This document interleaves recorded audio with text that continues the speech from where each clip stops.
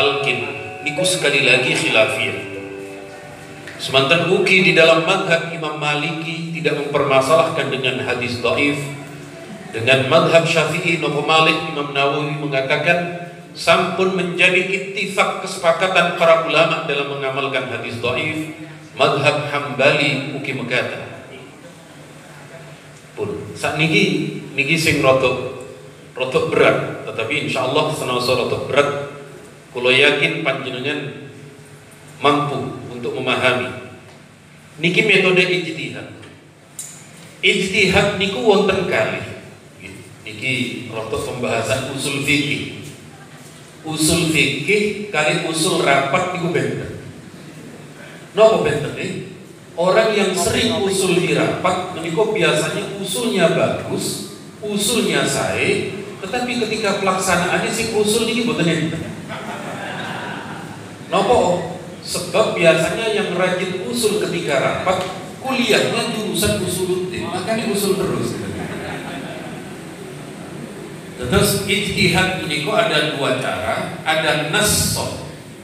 Nasson menika apa yang dilakukan oleh Nabi sesuai dengan hadisnya.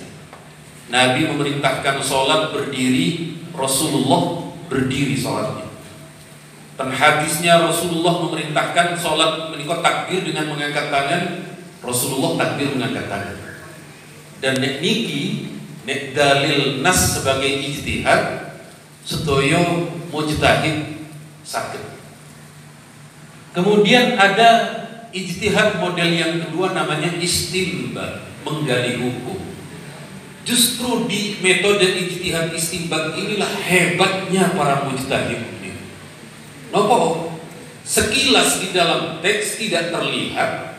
Setelah mujtahid menika sampun badrul wus'i, mengerahkan semua daya kemampuan, lalu kemudian akan menghasilkan sebuah hukum saking teks hadis ataupun ayat Al-Qur'an. Kula paringi contoh, panjenengan semerep santen napa boten? Santen menika kelihatan napa boten? Boten kelihatan. Awalnya harus naik ke atas pohon kelapa, kelapanya harus diturunkan, kemudian serabutnya harus dilepas, tempurungnya harus dipecahkan, kemudian dalamnya harus diparut, diberi air, diperas, baru keluar santan. Niku istinbat. Contohnya nopo niki. Nabi ketika haji wada, ketika Rasulullah haji wada menika enten ribuan sahabat, karena belum konsentrasi, Rasulullah dawuh kepada sahabat Jarir, kamu suruh orang-orang itu untuk tenang. Maka sahabat Jarir menenangkan para sahabat. Saking hadis niki oleh Imam Ibnu Hajar ini menjadi dalil kalau ada seorang khotib di depannya ada seorang Bilal, yang Bilal itu menyuruh tenang. Idza sa'idal imamu 'alal mimbar. Tetes metode Jumatan kula kali panjenengan yang ada Bilalnya niku boten bid'ah. Kenapa? Enten dalil hadis yang oleh Imam Ibnu Hajar kemudian diistinbat. Istinbatnya beliau menggunakan sistem kias yang kemudian ketika kula kali panjenengan Jumatan enten Bilal sanes bid'ah.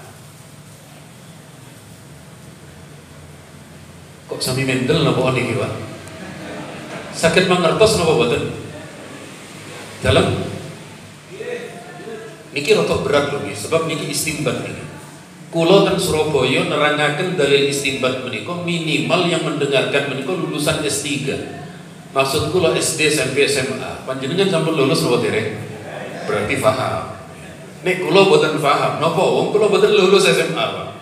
Mantun MI kula dimondokaken. Itu sekali lagi niki yang kemudian dijadikan dalil oleh para ulama kita. Contoh malih niki terkait doa Fatihah. Terus enten seorang sahabat namanya Abu Sa'id Al-Khudri, beliau dengan sahabat yang lain melewati sebuah perkampungan dan meriko kepala sukunya mengalami sakit karena disengat oleh binatang berbisa. Lalu penduduknya menikah Ada enggak di antara kalian yang bisa mengobati pemimpin kami? Abu Sa'id Al-Khudri, kalau kami bisa menyembuhkan, kalau sembuh nanti bagaimana? Kalau saya bisa mengobati lalu sembuh bagaimana? Pun saya beri kambing. Ternyata oleh Abu Sa'id Al-Khudri dibacakan Fatihah, kali Allah diwarasakan. Oleh Allah disembuhkan, diberi kambing. Ketika diberi kambing mau disembelih, sahabat lain tidak mau. Ini kita tidak tahu hukumnya kambing ini halal apa enggak.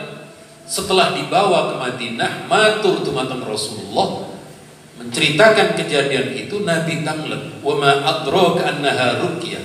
Dari mana kamu tahu kalau Fatihah itu untuk doa? Kamu sembelih kambingnya, saya minta bagiannya. Artosnya pun halal. Saking hadis masalah doa ruqyah dengan Fatihah menika, Imam As-Subki beristimbat. Istimbatnya Imam As-Subki, kalau surat Fatihah bisa dibacakan untuk orang yang hidup, maka ketika surat Fatihah digunakan orang yang sudah meninggal juga diperbolehkan. Makanya saat kulo kali panjenengan tahlilan maca Fatihah, kulo kali panjenengan mantun salat jenazah enten Fatihah, kulo kali panjenengan saat ziarah kubur maca Fatihah. Fahimtum?